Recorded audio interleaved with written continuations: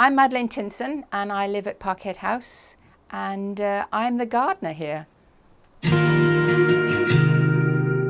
My husband got a job up at Scone Aerodrome as a flying instructor, and as a family we moved here to Parkhead in 1982. When we bought the property, it had been a farm and it was owned by the Greys, and they had farmed it. We're just under the acre, which is more than enough for me. Most of it was grass, and my husband used to aspire to a sit-on mower. From the time we could afford one, I dug most of it up. So, and that's just been developed from going to gardens, seeing or buying plants, seeing plants in people's gardens and coming back, and then it's triggered off from there. There's never been a grand plan, just something I've enjoyed doing whilst my husband was away an awful lot. I have always enjoyed gardening since I was a very small child.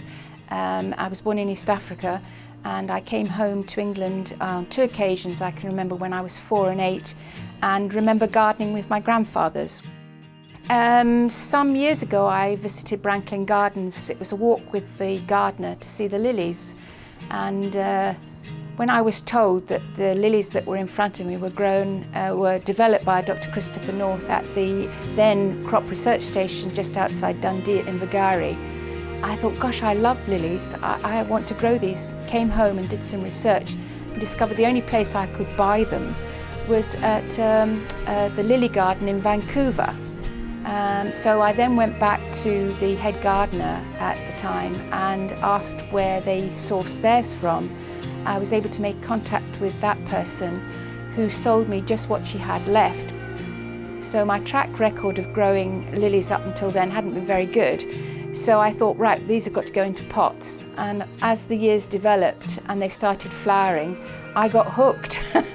So that was more research until I discovered a wonderful man called Dr. Peter Waster, who lived just outside Invergary. And he had been a colleague of Dr. North's and had set up a small business specialising in North lilies. So he had a few that I would have never been able to buy commercially, because unfortunately they've never been a commercial success for reasons various.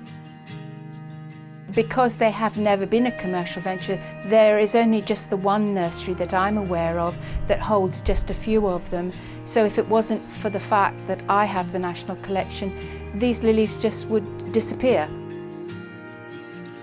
I was at the AGM last year when it was announced that I had been awarded the 2019 Littell Cup for the promotion and conservation of my lilies. I have to say I was somewhat shocked at this, but I am delighted, and I shall be going down with my husband to Pershore College in October to be presented with this cup.